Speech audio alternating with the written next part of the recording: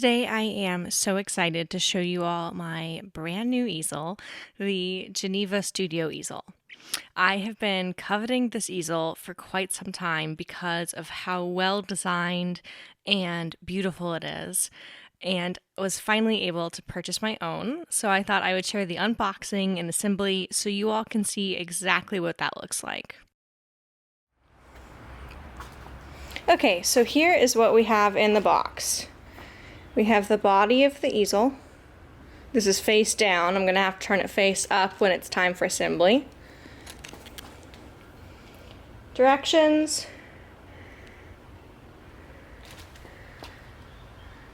Left and right front legs. Top clamp. I ordered casters with mine. Easel hardware. Bottom clamp. And then over here I have the front of the back leg. And then in another box that I haven't opened yet because I don't need it is the counterweight that allows your canvas to slide up and down. And I'll wind up unboxing that when I'm ready for actual assembly. So this is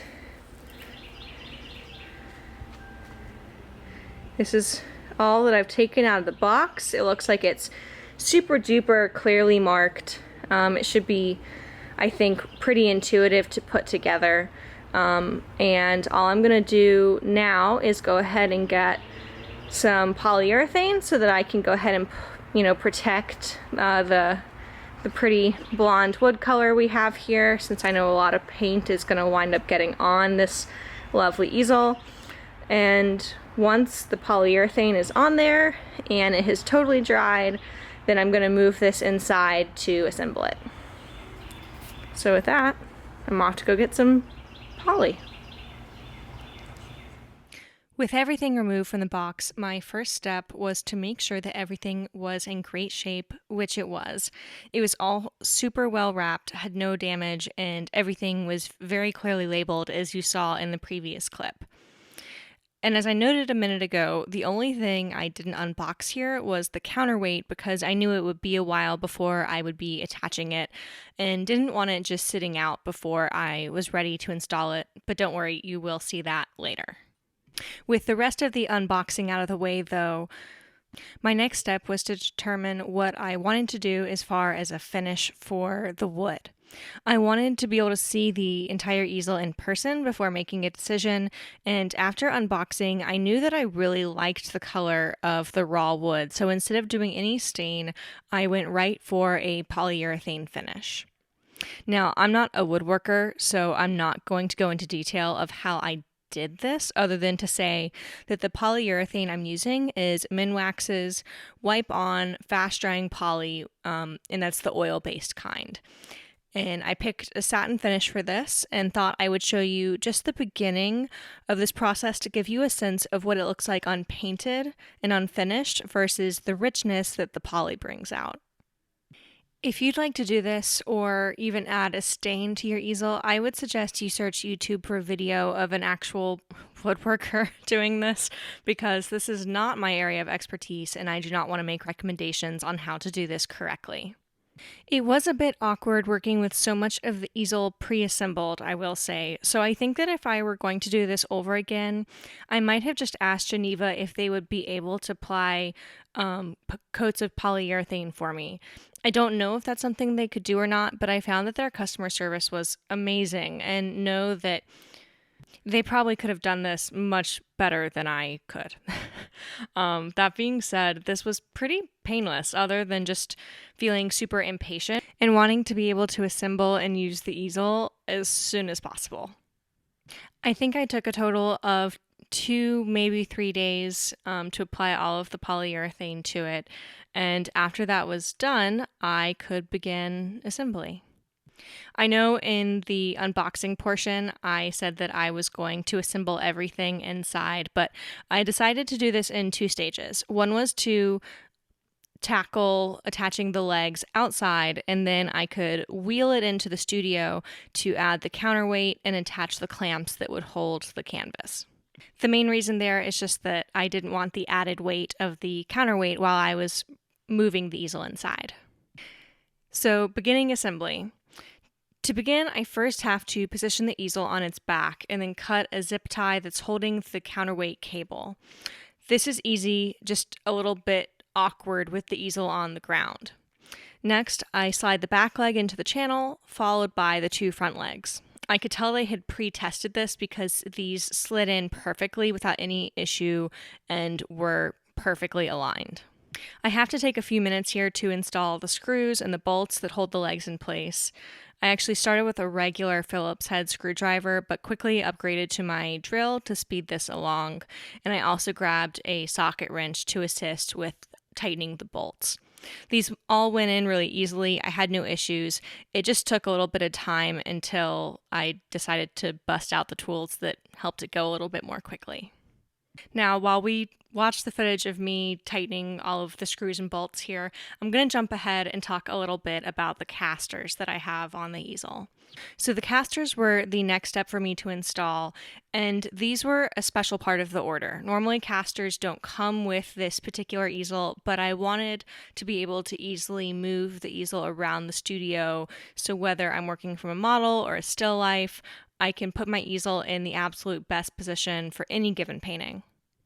I was actually planning on installing casters myself because they aren't a part of a standard order, but when I emailed Geneva to ask for their recommendation, they said that they could include casters for small fee, which I was more than happy to pay. They add a little bit of height to the easel, maybe 3 inches, and that brings my easel somewhat close to the 8-foot ceilings that are in my current studio, but that's a great trade-off in my book because it means that I can easily move everything around, and the casters are a really high quality too. The easel is heavy enough that it sticks in place without needing for me to lock them, but when I want to move it, it's really easy. The only thing I need to look out for is the counterweight, which I want to hold in place whenever I wheel it around so that it doesn't bang into the body of the easel. So as I get the last of the casters installed, the next step for me to look forward to is to make sure that the cord for the counterweight is threaded through both pulleys. And then comes the task of riding the easel, which was a little bit tricky with casters on the bottom. But then again, we didn't have a whole lot of choice. It's not like we could turn the easel up on its legs and then somehow lift it up to put the casters in. Now, the instructions say to have a friend help you with this step, and I agree with that 100%. The last thing you want is to hurt yourself or damage your new beautiful easel. With a second person, this was not bad, and later when we moved this inside, it was really remarkably easy. Now, I didn't film this part because my assembly buddy didn't want to be on camera, but it went smoothly, and from there we went right into wheeling the easel up into the studio. We went through a couple of doorways and up some stairs and around some turns in the process, but overall it was actually really easy to move. Now, as you'll see in a moment, with my new easel ready to go in, I need to go ahead and get my old easel out of the studio. And once I get it in there, I'm ready to finish assembly. So what you're going to see as soon as you see the new easel come in is that I first check the front board of the easel to make sure that it's tightly in place before I install the counterweight. This winds up being a little bit awkward just because the weight is like so heavy, but it was very easy. Next come the top and bottom canvas clamps, and then we're ready to go ahead and put a piece on the easel. You'll see it holds my panel really nicely into place while I can still move it up and down super easily, which is exactly what I was looking for, and this is not a lightweight painting either. I know an easel like this is a big investment, and you want to make sure you're getting an amazing product before you invest. That's definitely how I felt. I bought this easel with the proceeds from a large painting that I shared with you on my video on going full-time as an artist. And I am so, so grateful that I could use that sale to invest back into my business.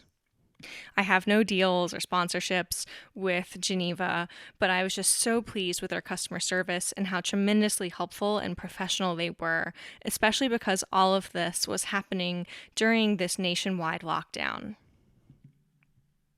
So I want to say a really big thank you to Mark's entire team. I'm so excited to paint on this easel. And I also want to say a really big thank you to my collector who invested in me and invested in that piece and in turn allowed me to bring this awesome new piece of equipment into my studio. I hope this video has helped you, whether you have already purchased a Geneva Studio Easel and wanted a reference video to see how it was assembled, or whether you're considering adding one to your studio.